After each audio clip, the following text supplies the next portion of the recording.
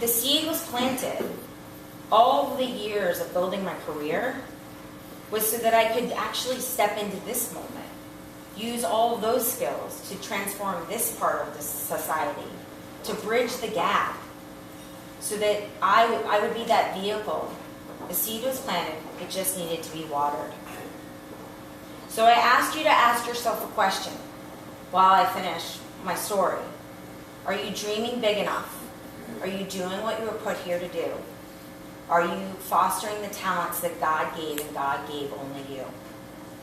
The second miracle along the way was another book by another friend. My friends like to give me books because I like to read a lot. You know me. So it was A Course in Miracles and Return to Love by Marianne Williamson. Now, Marianne stresses God's perspective from God's love. God is the source, right? If you're separated from God, you're separated from love.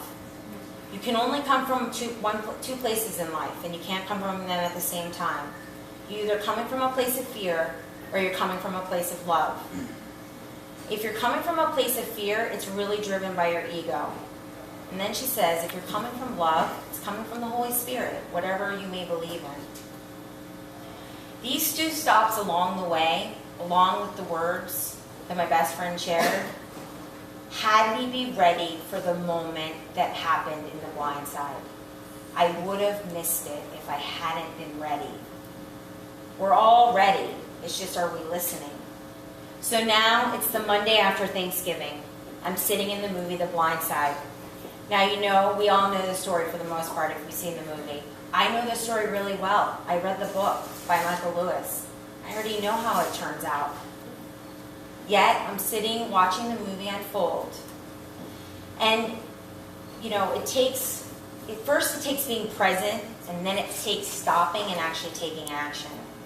So, Sean and Lee and Tui are driving, and they notice Michael Lohr. They've noticed Michael Lohr before, so they know who he is.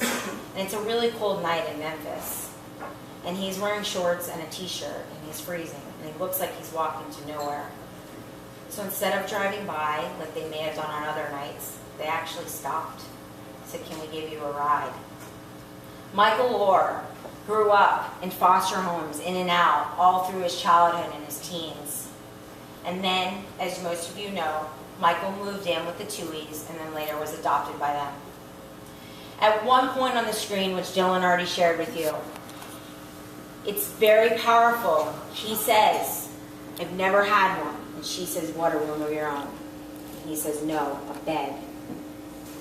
I have to tell you, it's like 1,000 bricks landed on my shoulders. And I just started crying. It's the most profound moment with God I've ever experienced. It was the prayer being answered that I had prayed about for the last 3 months. How can I make a difference? How can I help those less fortunate? How do I use my talents that I've already fostered in my career? And then I said, no, too big. I'm confronted. I'm scared. Not me.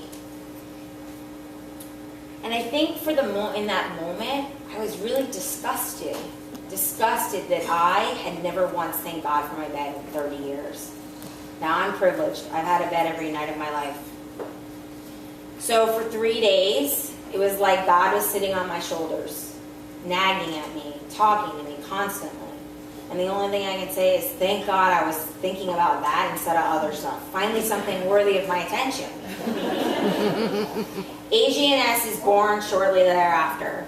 I spent a few months by myself researching homelessness, understanding homelessness, gathering statistics, meeting with organizations that were so great to coach me through it, to have me understand the process, the government systems, the city systems. It's actually quite complicated. AGNS's mission is to provide new beds and bedding to people transitioning from homelessness into permanent housing. There are 3 stages of homelessness: emergency, transitional, and permanent. As you'll see later in the program, the statistics for homelessness are staggering, especially in our own backyard of Los Angeles. There are 51,000 homeless people in Los Angeles alone. AGNS could never leave Los Angeles, and we would have enough work to do for the foreseeable future. A bed is one of the largest expenses of moving into a home for these people, behind deposit and first and last month's rent. They are thankful for shelter and for food and for safety. They are off the streets and they will not get killed. So a bed is really far from their mind.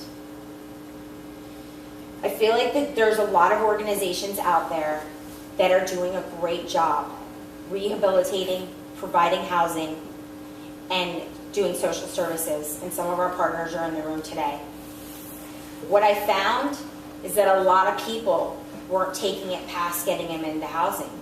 So people go into housing and start their new life, and they would sleep on the floor for years.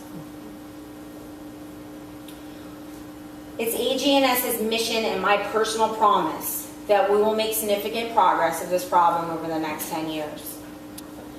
We will get beds to those people who need them so that they can fulfill their dreams.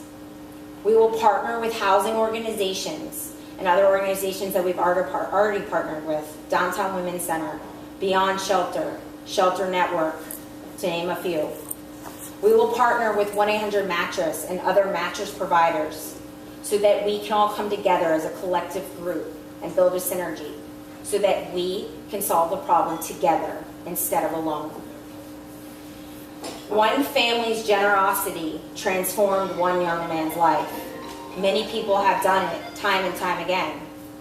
The Tuohys transformed Michael Orr's life. Michael will tell you in his book, I Beat the Odds, he probably would have done it on his own, but it sure did help. Then the Tuohys were willing and generous to share their story with Michael Lewis and the world. And then Alcone and Michael Lewis and the Tuohys come together to produce The Blind Side, which goes out to millions around the world. AGNS is born from here. One by one, we'll continue to pay it forward. We hope that you'll join us in this cause, but more than anything, we hope that you're moved in your own life to follow your own path, to find your own passion, your dreams, whatever is calling you, that you may do God's work here on this planet. I strongly believe that God puts people and experiences in your path for a reason. You learn, you grow, you're challenged, you're inspired, you're sad, and you ultimately find your way. Often these people are the closest people to us and the people we take for granted. We give them what's left over at the end of the day. We're tired, we're spent. So I'd like to take a few moments to thank key people in my life who have come with me on this journey, who deserve acknowledgement. I'm going to start with God, because we would not be here today without God. People often ask me, how do you do this? How do you do this with the career that you have and all the other stuff you do? How does Josh do this? We don't do this. God does this. We are the vehicles. We do God's work here. God is the source for me. He guides me. I lose my way often and a lot. But he always shows me the way back. The way is love. Dylan and Mila, I don't know you for very long, new friends, but love your spirit and your friendship because you just dive in and you're like, yes, people, just my kind of people. Michael Lennox, my coach, you've shown me how to be great. You showed me how to be strong, sad, bad, ugly, but you provide the space for me to find my own greatness. My family, I have great parents, great extended family. I also have an adopted family. I have Emily and Holly Smith, who their son is in the room tonight, who adopted me and gave me an education that could pave the way for these opportunities. 3 more to go. I needed a breath. Eric Ehrenstoft, my best friend, the person I spoke of earlier and a couple of times through this. You have shared yourself. You have given yourself. You've been with me every step of the way. You've been with me in my darkest hours. I'm very grateful. Our friendship is extraordinary. Most people don't understand. You've sacrificed your own life to put my life ahead of yours. And that is truly remarkable and something I will always cherish. In the darkest hours, you were there. So when you're not sure if you make a difference, You do. These are the seeds. They go out and they make a difference in the world. And finally, last but not least, Josh. Josh Helen is the executive director of A Good Night's Sleep. Josh and I have known each other for 17 plus years. So we go way back. There is no way that this would have happened beyond the great idea and the business plan without Josh. Josh is the person who takes my ideas and makes sure they get executed. Everyone should have someone like that in life. Thank you for sitting across from me a year and a half ago, and when I said don't sign up because you want to hang out with me, and taking the risk, jumping in, diving in, and going with me on this journey. There are not enough words to thank you for all that you've done. And I know that God has great things to unfold for you in your life. And whatever your role is going forward with AG&S, it's going to be extraordinary. And last but not least, all of you, thank you.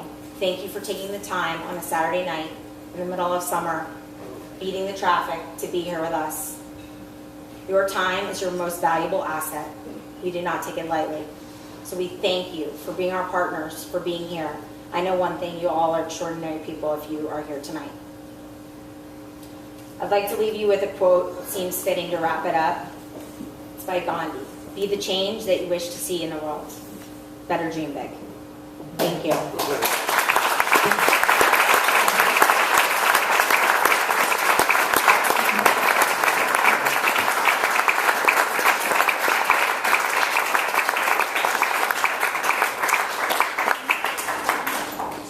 Thank you for providing the space.